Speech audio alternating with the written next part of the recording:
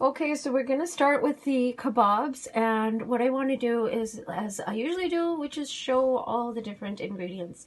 And today, before I forget, I'm going to show, we're going to need some spices, and we have a lot of other different things. We have spices, we have onions, ginger, garlic, and a lot of other things for this kebab. But I wanted to show you the brand name. For this, I think it's quite important because I'm really, really a strong fan, a very loyal fan of, for Indian food, of Shan mixes because I find them extremely flavorful. I've tried other mixes. So for this one, I'm doing shish kebab barbecue mix, and I'll show that later. I wanted to show the brand before I forgot. And for this one, it doesn't really matter, I'm doing for the beans, I should say, what brand you use, except what I wanted to show, and this really impressed me. Let me see if I can find it now. Yes. So in the ingredients, you can see beans, chickpeas, Romano beans, black eye beans, red kidney beans, lima beans, water, and salt. So salt is very, very low, lower down on the list of ingredients. And I'm always advocating, whether or not you have high blood pressure or not, or other illnesses that would benefit from low salt, unless you are supposed to be on a diet where you need a certain amount of salt, and you're following that. If you're like most people these days are trying to reduce salt intake, so it's definitely something that I look for. And I just wanted to show you the beans that I have. I put them in my mixing bowl, and I took a lot of effort to wash them properly.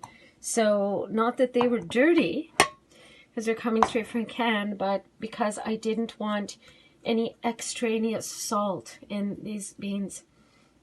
Okay, so there you go. So that's the beans. Here is the ground meat. You can use whatever meat you like. I have the beans, and here I wanted to explain, I have some chopped onions, I have some chopped ginger, and some chopped garlic.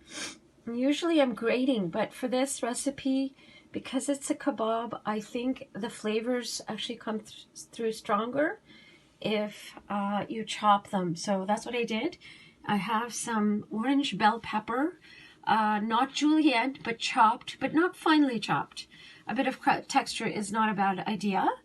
And this I'm very happy about because this is still the leftover coriander leaves from various meals I've prepared, the shrimp biryani, and I can't think off the top of my head, but I've been using coriander leaves for a lot of things. And they still are very beautifully fresh, I think.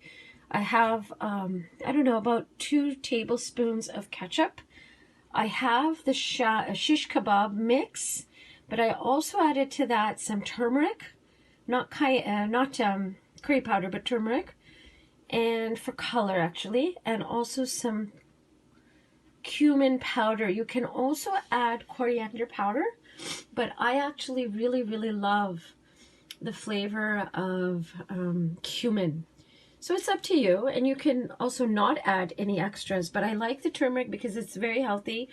It's an anti-inflammatory, but it also adds a nice color. So what I'm going to do, actually, yeah, why don't I start with this? I'm just going to mix everything with the meat that I have.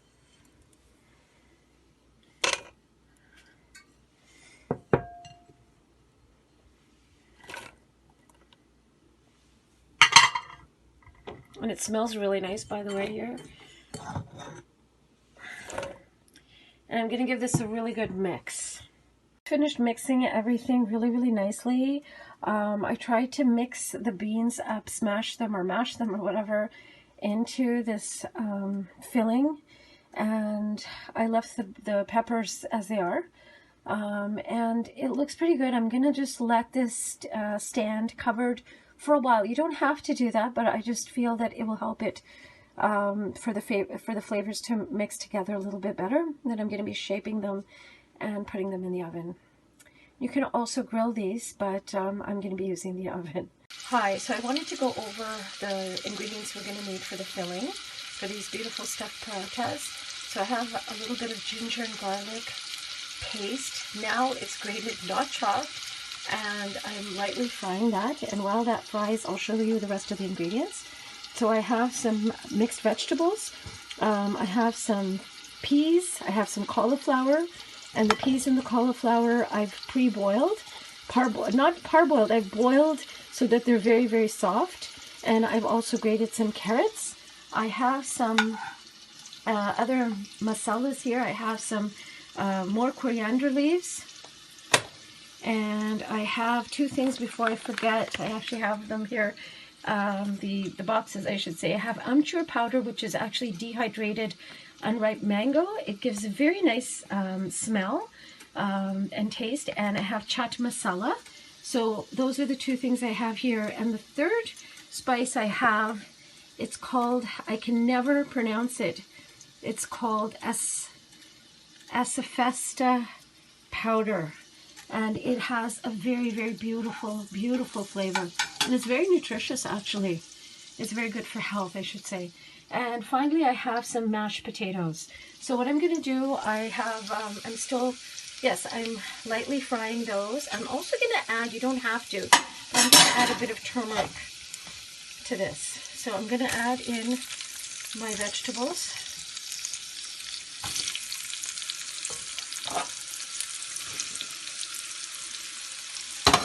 I like turmeric because it also gives a very beautiful flavor, beautiful color in addition to a nice flavor.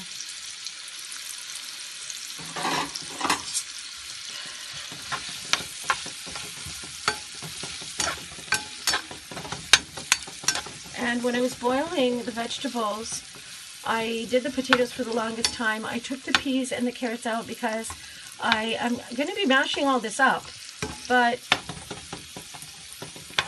I wanted the peas to retain more of their nutrition by not being overcooked.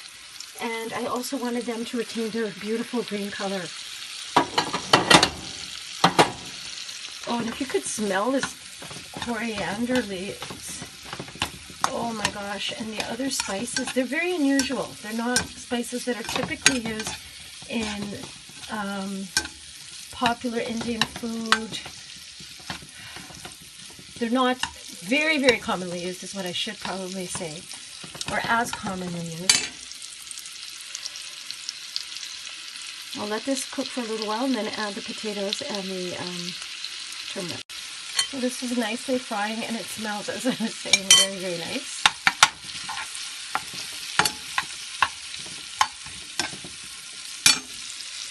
And you just want to lightly fry this, you don't want to deep fry it. This is just cooking enough so that so all the filling is cooked. And once it's cooked, I'm going to be cooling this mixture down and then shaping into balls for the stuffing.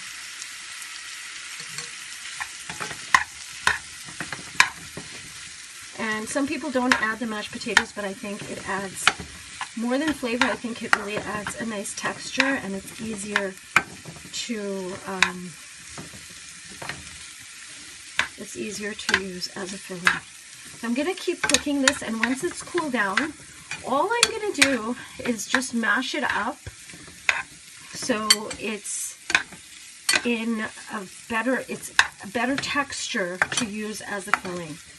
And this smells absolutely awesome, and I will be back, and I'm very excited. I don't eat a lot of bread, but I'm very excited for this Make Paratha. Okay, so now we come to the fun part, I think is the fun part. I've taken the kebab mixture and I'm ready to put these in the oven, and I just wanted to do a little bit of a slow scan of them. You can see that there's lots of beautiful stuff in here. We've got our beans, we've got our bell peppers, we've got our coriander leaves, and it's all good stuff. Very, flavorful things and tasty things. And I'm really looking forward to how these kebabs turn out. And while the kebabs bake, I'm going to start on the bread. I'm a little bit nervous because I don't eat a lot of bread. I don't make a lot of bread, so we'll see how this goes. But it does look like a lot of fun, actually, to make these stuffed parathas. And in my skillet, I have the mixture, the filling in little golf ball sizes. And I have quite a few of them, and I've been munching on this. It's quite tasty. But I did want to say that it's a little bit sour, and that's part of, you know, any cuisine. You're going to have sweet, sour, spicy, and the Amchoor, I think, makes it a little sour, but that's okay. It's very, very tasty, and this would actually be an okay spread, a vegan spread, actually, for sandwiches, actually, if you wanted to do that. And I have my skillet. I'm just going to be putting it on medium so I can get started with the bread. So I've got this filling, and what I'm going to do is just hold it, fold it, not hold it, hold it and fold it. So I've got it like this. And I, by the way, think this is just so cute. I don't know what it is about these that I think is so cute. So I've got it like this, as you can see. And I've got tons and tons of flour. And then what I'm just doing is very gently, I'm just rolling this out. And it might tear a little bit. It might tear a little bit. And that's still okay.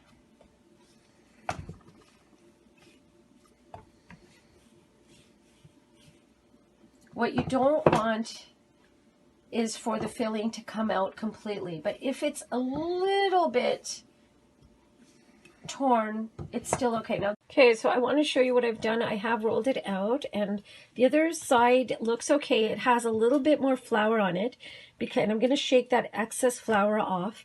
And what I'm afraid of is rolling it out so thin that it breaks and the vegetables and the filling comes out. So I don't want to do that.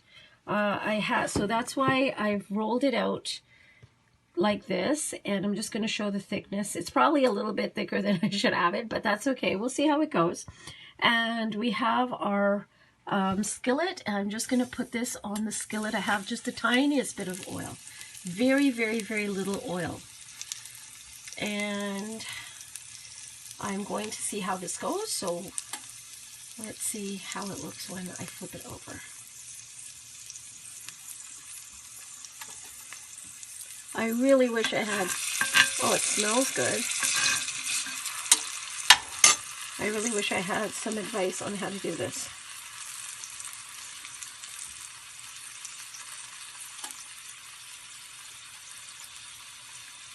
Okay, so it looks like,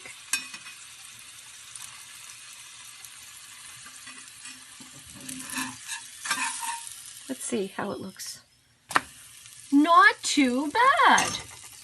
I might have put a little, just a tad too much oil, but it looks quite good. And I like that it's sort of like crispy brown edges here. And I might have put a little bit too much flour, but that's okay. This is my first paratha, and I'm going to just continue making these. But I think I'm on the right track, so very, very happy. I think I'm starting to get the hang of this. It is, this is my third one. And I wanted to show how they look, and I think they look pretty okay. You can see the vegetables inside the peas, and I was just thinking to myself how cool it would be to do these with grated beets for the color and the flavor as well, in addition to what I have. But I used what I have, and so that's going to be it. But let me see if I can flip this one over. Starting to get, see, this one doesn't look too bad. Okay, so looking very, very much forward to having this delicious food with the kebabs when they're ready, and I will be back. Let's just see how it looks first. Oh, that's nice. That looks beautiful. That's pretty cool. Hey, why don't you grab a spoon though?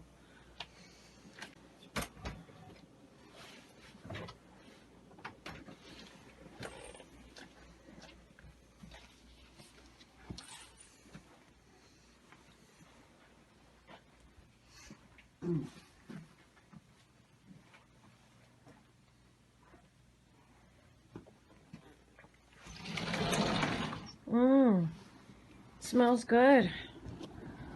It's not much of a sunset today.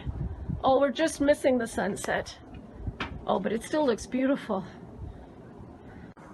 Hi everyone, so I'm here with this beautiful, beautiful platter of kebabs and coriander chutney that I poured over the kebabs, and the paratha, which I think turned out really beautifully. And I have some garnishes with sliced cucumbers. So I'm just gonna taste, and I put some coriander chutney on it.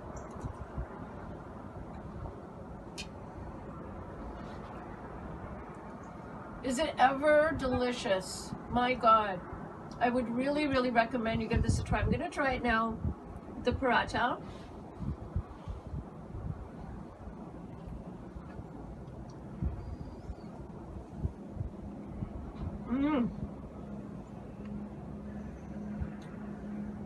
It's really, really good.